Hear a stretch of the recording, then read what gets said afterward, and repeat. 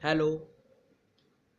हम वीडियो को स्टार्ट करने जा रहे हैं। इस वीडियो में हम रेस्पिरेशन की फुल जर्नी को कवर करेंगे। इसी वीडियो में रेस्पिरेशन की पूरी जर्नी खत्म हो जाएगी और ये एक्टिविटीज़ को भी मैं आपको एक्सप्लेन करूंगा रीडिंग के साथ। तो शुरू करते हैं। Activity 6.4, take some freshly prepared lime water in a test tube, blow air through this lime water, note how long it takes for the lime water to turn milky, use a syringe or pichkari to pass air through some fresh lime water taken in another test tube.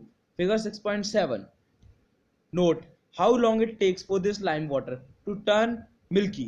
What does this tell us about the amount of carbon dioxide in the air that we breathe out?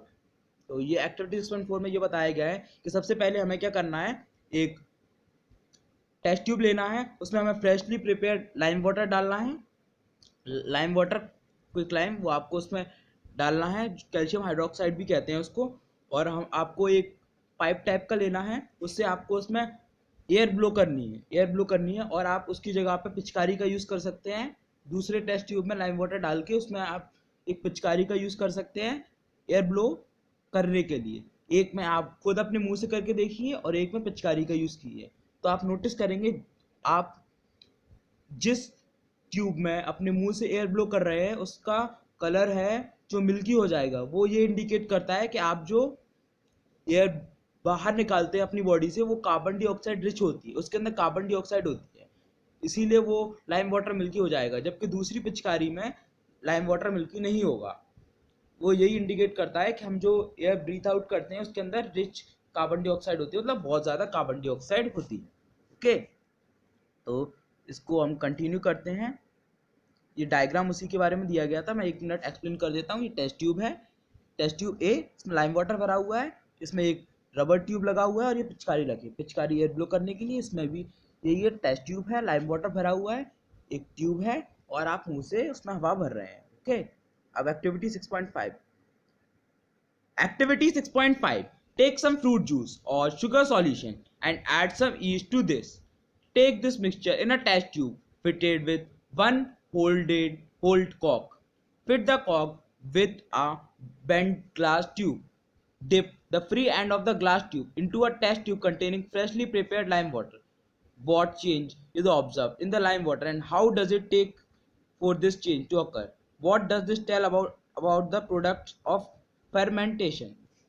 Okay, तो इसको हम आपको जल्दी से explain कर देता हूँ। हमें क्या करना है, फ्रूट जूस या फिर शुगर सॉल्यूशन लेना है, उसमें एक बोल में रख लो उसको, और हमें क्या करना है कि उसमें हमें ईस्ट पाउडर डालना है, ठीक है, और उसको एक टेस्ट ट्यूब में डालना है। ईस्ट पाउडर डालना है शुगर सॉल्यूशन या फ्रूट जूस में, और उसको एक टेस्ट ट्यूब में डालना है जिसमें एक होल वाला कॉक फिट हो, ऐसा कॉक फिट हो जिसमें एक होल हो।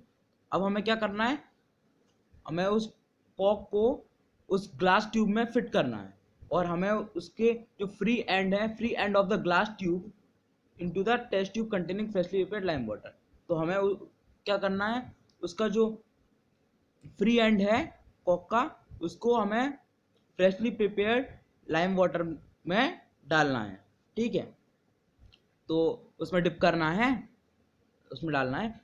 तो इससे हम एक चेंज ऑब्जर्व करेंगे, इससे हम ये चेंज ऑब्जर्व करेंगे कि जो वो था लाइम वाटर, उसका क्या हो जाएगा, उस लाइम वाटर का ये हो जाएगा कि वो मिल्की हो जाएगा। ये क्यों हो जाएगा मिल्की, वो इसीलिए मिल्की हो जाएगा क्योंकि जो ईस्ट था उसने फेर्मेंटेशन किया, और फेर्मेंटेशन किया और शुगर सॉल्यूशन जो था उसमें जो ग्लूकोज था उसको कन्वर्ट कर दिया उसने, इसमें उसने कन्वर्ट कर दिया उसको इथेनॉल में और कार्बन डाइऑक्साइड में। जो तो जो इथेनॉल था, इथेनॉल वो तो उसमें अल्कोहल के रूप में रहा, जो कार्बन डाइऑक्साइड थी उसने उसको मिल्की कर दिया। ओके, तो इससे हम ये कर सकते हैं कि फर्मेंटेशन का प्रोडक्ट एक कार्बन डाइऑक्साइड भी है। वी हैव डिस्कस्ड, हाँ तो अब इसको कंटिन्यू करते हैं। We have discussed nutrition in organism in the last section. The food material taken in during the process of nutrition is used in cells to provide energy for various life processes. Diverse organisms do this in different ways. Some use oxygen to break down glucose completely into carbon dioxide and water. Some use other pathways that do not involve oxygen. Figure 6.8. In all these cases, first step is the breakdown of glucose, a 6 carbon molecule, into 3 carbon molecule called purate. This process takes place in the cytoplasm. Further, the purate may be converted into ethanol and carbon dioxide. This process takes place in the yeast during fermentation. Since this process takes place in the absence of air, oxygen, it is called anaerobic respiration. Breakdown of purate using oxygen takes place in the mitochondria. This process breaks up 3 carbon purate molecules to give 3 molecules of carbon dioxide. The product is water. Since the process takes place in the presence of air, oxygen, it is called aerobic respiration. इसको जल्दी से मैं आपको explain कर देता हूँ. हमने पिछले सेक्शन में पढ़ा है न्यूट्रिशन के बारे में कि कैसे ऑर्गेनिज्म न्यूट्रिशन परफॉर्म करते हैं, कैसे जो फूड मटेरियल है वो छोटे छोटे उनमें ब्रेक डाउन होता है, जिसका यूज़ किया जाता है बहुत सारी लाइफ प्रोसेस को मेंटेन करने के लिए, उनके लिए एनर्जी ड्राइव करने के लिए. जितना ज़्यादा डाइवर्स ऑर्गेनिजम्स होते हैं वो डिफरेंट वेज से क्या करते हैं, रेस्पिरेशन करते हैं, डिफरेंट वेज से एनर्जी ड्राइव करते हैं अपनी. कुछ ऑक्सीजन का यूज़ करते हैं, कुछ विदाउट ऑक्सीजन करते हैं. ओके, तो सबसे पहले क्या होता है, जो ग्लूकोज है उसको ब्रेक डाउन किया जाता है. उसको ब्रेक डाउन किस में किया जाता है, 3 कार्बन मॉलिक्यूल में. ग्लूकोज 6 कार्बन मॉलिक्यूल होता है, उसको 3 कार्बन मॉलिक्यूल में ब्रेक डाउन किया जाता है, जो कि प्यूरेट होता है 3 कार्बन मॉलिक्यूल. ये प्रोसेस साइटोप्लाज्म में होती है. इसके बाद क्या होता है, जो प्यूरेट है उसे एथेनॉल और कार्बन डाइऑक्साइड में कन्वर्ट किया जाता है. ये प्रोसेस होती है एनारोबिक रेस्पिरेशन, क्योंकि इसमें ऑक्सीजन की हमें ज़रूरत नहीं पड़ती इस रिएक्शन में, इसीलिए ये एनारोबिक रेस्पिरेशन भी हम इसे कहते हैं. ठीक है, ये ईस्ट में पाया जाता है. और सिमिलर इससे ही हमारे मसल सेल्स में भी होता है. जब हम बहुत ज़्यादा एक्सरसाइज करते हैं या रन करते हैं, जब हमारे मसल सेल्स जो होते हैं वो सफिशिएंट ऑक्सीजन ना होने के कारण उसको फोर्सिबली ब्रेक डाउन करते हैं एब्सेंस ऑफ ऑक्सीजन में, तब जो प्रोडक्ट होते हैं वो लैक्टिक एसिड और कार्बन डाइऑक्साइड होते हैं. ओके, ये भी सिमिलर सा ही होता है. और एक और प्रोसेस होती है जो प्रेजेंस ऑफ ऑक्सीजन में होती है, जिसके प्रोडक्ट होते हैं, क्या प्रोडक्ट होते हैं उसके, कार्बन डाइऑक्साइड उसका एक प्रोडक्ट होता है, उसका एक प्रोडक्ट एनर्जी होता है और दूसरा प्रोडक्ट होता है water. Okay, energy in the form of ATP यानी कि एडिनोसाइन ट्राइफॉस्फेट. ओके, ये वाला रिएक्शन एरोबिक रेस्पिरेशन वाला माइटोकॉन्ड्रिया में होता है सेल की. हाँ, तो अब इसको और कंटिन्यू करते हैं. Since this process takes place in the presence of air, oxygen, it is called aerobic respiration. The release of energy in this aerobic process is lot greater than in the anaerobic process. Sometimes where there is a lack of oxygen in our muscle cells, another way for the breakdown of purate is taken. Here the purate is converted into lactic acid, which is also a 3 carbon molecule. This buildup of lactic acid in our muscles during sudden activity causes cramps.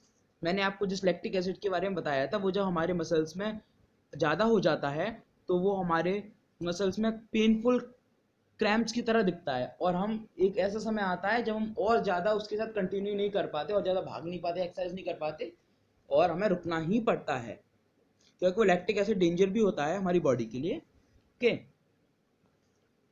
ये lack of oxygen में होता है क्योंकि oxygen की कमी होती है, उस कारणवश एनारोबिक रेस्पिरेशन को परफॉर्म करना पड़ता है हमारे मसल सेल्स को. जो एरोबिक रेस्पिरेशन होती है वो बहुत ज़्यादा एनर्जी रिलीज करती है. वो 38 एटीपी मॉलिक्यूल रिलीज करती है एक ग्लूकोज मॉलिक्यूल से, या फिर कह सकते हैं 2 प्यूरेट मॉलिक्यूल से 38 एटीपी मॉलिक्यूल को रिलीज करती है. और जो एनारोबिक रेस्पिरेशन है वो सिर्फ 2 एटीपी मॉलिक्यूल्स को रिलीज करती है, क्योंकि उसमें कंप्लीट ब्रेकडाउन नहीं हो पाता, क्योंकि वो साइटोप्लाज्म में होता है, माइटोकॉन्ड्रिया में नहीं होता एनारोबिक रेस्पिरेशन, तो कंप्लीट ब्रेकडाउन नहीं हो पाता, इसीलिए वो कम एनर्जी रिलीज करता है. अब हम इसको कंटिन्यू करते हैं. इसमें एक ग्राफ दिया गया है, उसमें वही दिया गया है कि पहले 6 कार्बन मॉलिक्यूल साइटोप्लाज्म में प्यूरेट में कन्वर्ट किया जाता है और एनर्जी उससे भी थोड़ी सी निकलती है प्यूरेट में कन्वर्ट करने के बाद भी, क्योंकि वो ब्रेक डाउन होता है तो उसमें से थोड़ी सी एनर्जी निकलती है. उसके बाद लैक ऑफ ऑक्सीजन में अपने हमारे मसल सेल्स में लैक्टिक एसिड प्लस एनर्जी निकलता है. लैक्टिक एसिड भी 3 कार्बन मॉलिक्यूल ही है. फिर एब्सेंस ऑफ ऑक्सीजन में इथेनॉल, कार्बन डाइऑक्साइड और एनर्जी निकलता है. इथेनॉल 2 कार्बन मॉलिक्यूल है, ये ईस्ट में होता है, इसमें भी कम एनर्जी निकलती है, इसमें भी 2 एटीपी निकलते हैं, इसमें भी 2 एटीपी निकलते हैं दोनों में. और ये एरोबिक रेस्पिरेशन दिया गया है, इसमें कार्बन डाइऑक्साइड वाटर एनर्जी होती है, इसमें कंप्लीटली ब्रेकडाउन हो चुका होता है, तो इसमें 30 एटीपी मॉलिक्यूल्स निकलते हैं जो बहुत ज़्यादा है. ओके, इसको कंटिन्यू करते हैं. The energy release during cellular respiration is immediately used to synthesize the molecule called ATP, which is used to fuel all other activities in the cell. जो एनर्जी उस समय पर रिलीज हुई थी उसको कैप्चर कर लिया जाता है एटीपी के फॉर्म में इमीडिएटली, जो कि एडिनोसाइन ट्राइफॉस्फेट होता है, उसमें एक एडिनाइन मॉलिक्यूल होता है जिससे 3 फॉस्फेट मॉलिक्यूल अटैच होते हैं, 3 फॉस्फेट एटम्स अटैच होते हैं एक एडिनाइन मॉलिक्यूल से, ओके, जिसका यूज किया जाता है फ्यूल के रूप में हमारे सेल्स में। बाद में एटीपी को ब्रेक डाउन किया जाता है, मतलब एटीपी ब्रेक डाउन होता है और सेल एनर्जी रिलीज करता है, जो कि एक एंडोथर्मिक प्रोसेस है। ATP is broken down, giving rise to a fixed amount of energy which can drive endothermic reaction taking place in the cell.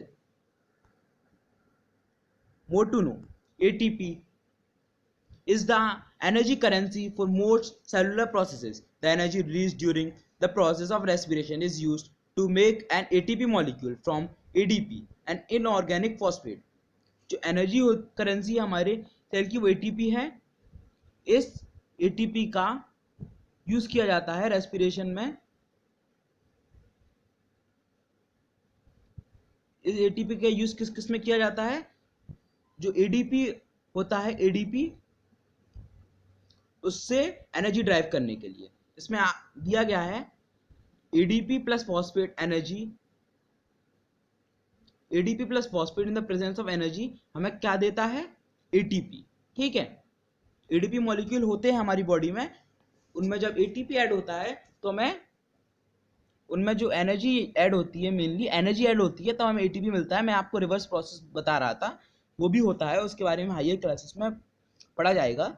Endothermic processes in the cell then use this ATP to drive the reaction. जो endothermic processes होती हैं cell में, वो इस energy का use करती हैं तो रिएक्शंस को ड्राइव करने के लिए। एंडोथर्मिक रिएक्शंस वो होते हैं जिनमें हमें हीट को सप्लाई करना पड़ता है, एनर्जी को किसी फॉर्म में सप्लाई करना पड़ता है रिएक्शन को स्टार्ट करने के लिए। Okay, when the terminal phosphate linkage in ATP is broken using water, the energy equivalent to 30.5 kilojoule mole is released. ये बेसिकली ये कह रहा है कि जो 3 उससे फॉस्फेट मॉलिक्यूल अटैच होते हैं एटीपी से, एडिनोसाइन ट्राइफॉस्फेट से, जब उसमें से एक फॉस्फेट को अलग किया जाता है तो 30.5 किलोजूल एनर्जी रिलीज करता है। ये एक एटीपी मॉलिक्यूल में से जब उसको निकाला जाता है एक फॉस्फेट को, तो वो 30.5 किलोजूल एनर्जी रिलीज करता है।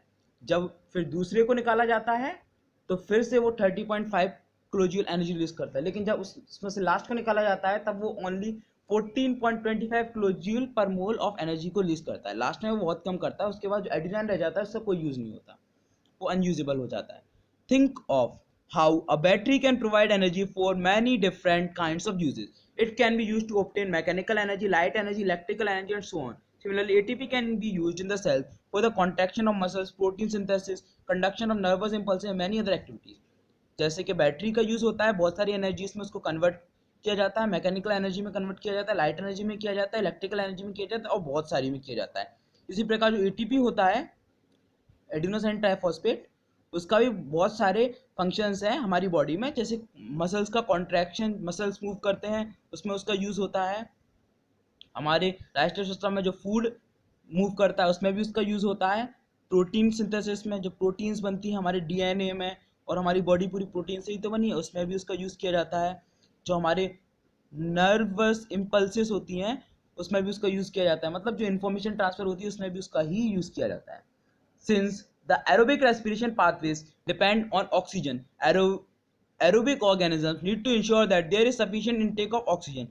We have seen that plant exchange gases through stomata in the large intercellular spaces, ensure that all cells are in contact with air. Carbon dioxide and oxygen are exchanged by diffusion here.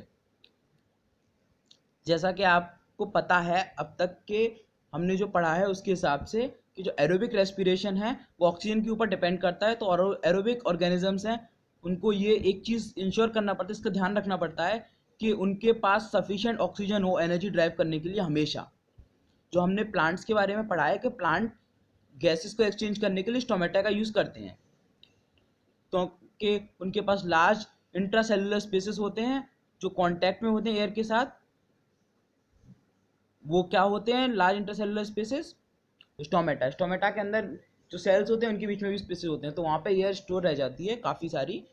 Carbon dioxide और oxygen को exchange कर पाते हैं वो guard cells की मदद से, stomatal pore की मदद से।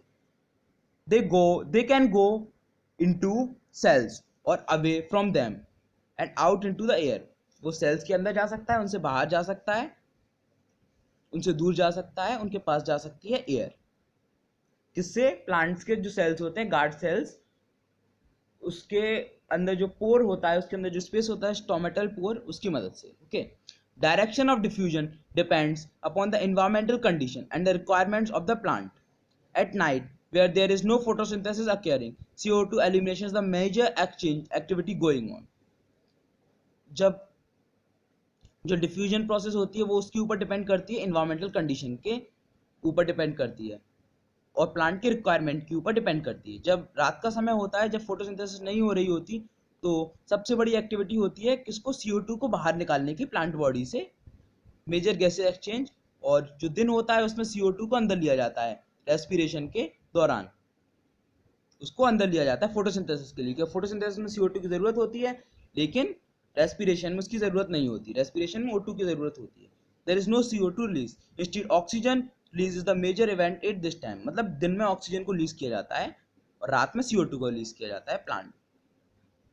Animals have evolved different organs for the uptake of oxygen from the environment and for getting rid of carbon dioxide produced।